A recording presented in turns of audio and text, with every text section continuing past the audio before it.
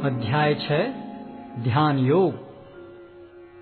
श्री भगवान ने कहा, जो पुरुष अपने कर्म फल के प्रति अनासक्त है और जो अपने कर्तव्य का पालन करता है, वही सन्यासी और असली योगी है।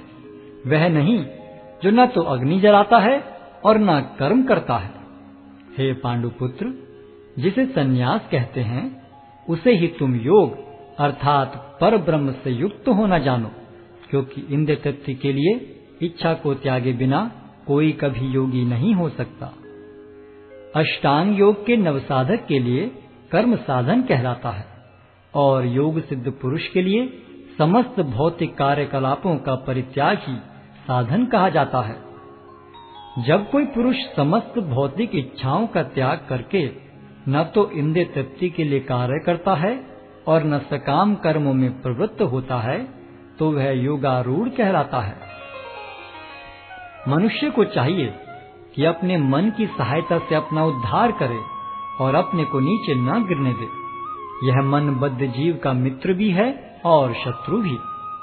जिसने मन को जीत लिया है उसके लिए मन सर्वश्रेष्ठ मित्र है, किंतु जो ऐसा नहीं कर पाया उसके लिए मन सबसे बड़ा शत्रु बना रहेगा। जिसने मन को जीत लिया है उसने पहले ही परमात्मा को प्राप्त कर लिया है, क्योंकि उसने शांति प्राप्त कर ली है। ऐसे पुरुष के लिए सुख दुख, सर्दी गर्मी एवं मान अपमान एक से हैं। वह व्यक्ति आत्म साक्षात्कार को प्राप्त तथा योगी कहलाता है, जो अपने अर्जित ज्ञान तथा अनुभूति से पूर्णतया संतुष्ट रहता है।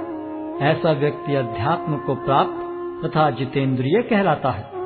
वह सभी वस्तुओं को, चाहे वे कंकड़ हो, पत्थर हो या कि सोना, एक समान देखता है। जब मनुष्य निष्कपट हितैषियों, प्रिय मित्रों, तटस्थों, मध्यस्थों, ईश्वालुओं, शत्रुओं तथा मित्रों, पुण्यात्माओं एवं पापियों को समान भाव से देखता है, तो वह और भी उन्नत माना जाता है।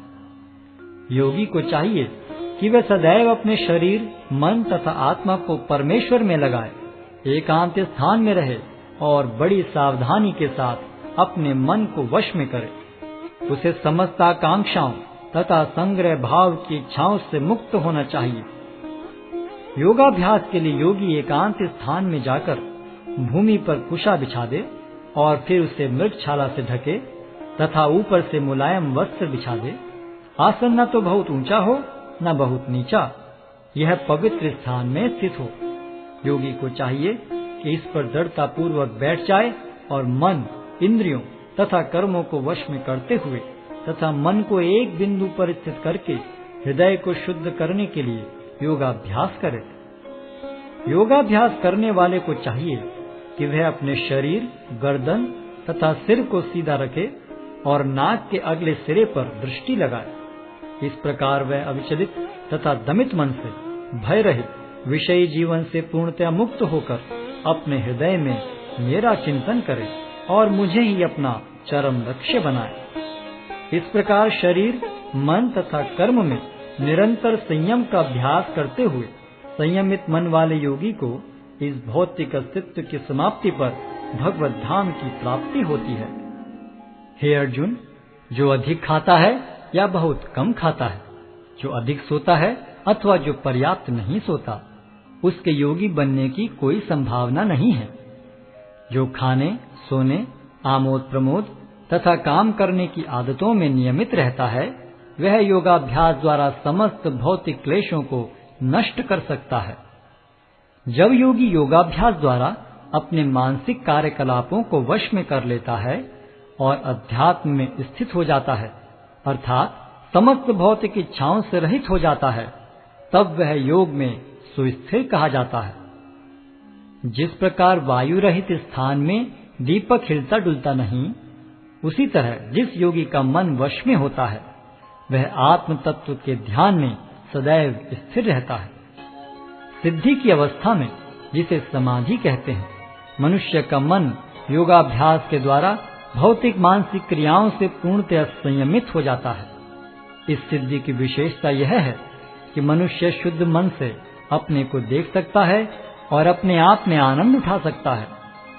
उस आनंदमय स्थिति में वह दिव्य इंद्रियों द्वारा असीम दिव्य सुख में स्थित रहता है। इस प्रकार स्थापित मनुष्य कभी सत्य से विपत नहीं होता और इस सुख की प्राप्ति हो जाने पर वह इससे बड़ा कोई दूसरा लाभ नहीं मानता। ऐसी स्थिति को पाकर मनुष्य बड़ी से बड़ी कठिनाई में भी विचलित नहीं होता। यह निस्संदेह भौतिक संसर्ग से उत्पन्न होने वाले समस्त दुखों से वास्तविक मुक्ति है।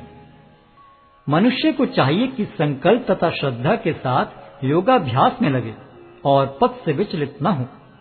उसे चाहिए कि मनोधर्म से उत्पन्न समस्त इच्छाओं को निरपवाद रूप से त्याग दे और इस प्रकार मन के द्वारा सभी ओर से इंद्रियों को वश में करे।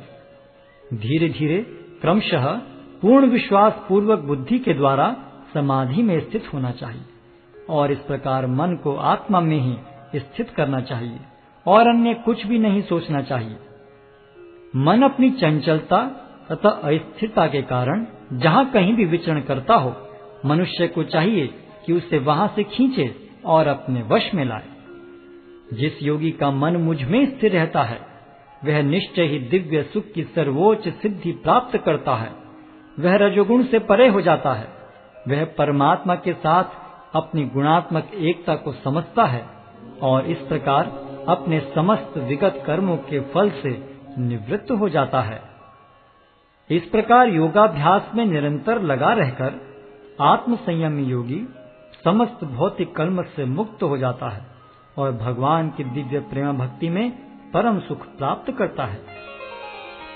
वास्तविक योगी समस्त जीवों में मुझको और मुझ में समस्त जीवों को देखता है। निस्संदेह स्वरूप सिद्ध व्यक्ति मुझ परमेश्वर को सर्वत्र देखता है। जो मुझे सर्वत्र देखता है और सब कुछ मुझ में देखता है, उसके लिए न तो मैं कभी अदृश्य होता हूँ और न वह मेरे लिए दृश्य होता है। जो योगी मुझे तथा परमात्मा को अभिन्न जानते हुए परमात्मा की भक्ति पूर्वक सेवा करता है, वह हर प्रकार से मुझ में सदैव स्थित रहता है।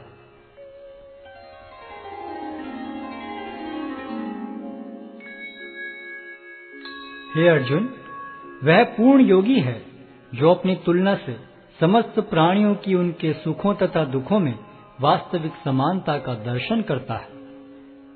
अर्जुन ने कहा, हे मधुसूदन, आपने जिस योग पद्धति का संक्षेप में वर्णन किया है वह मेरे लिए अव्यवहारिक तथा असहनीय है, क्योंकि मन चंचल तथा अस्थिर है।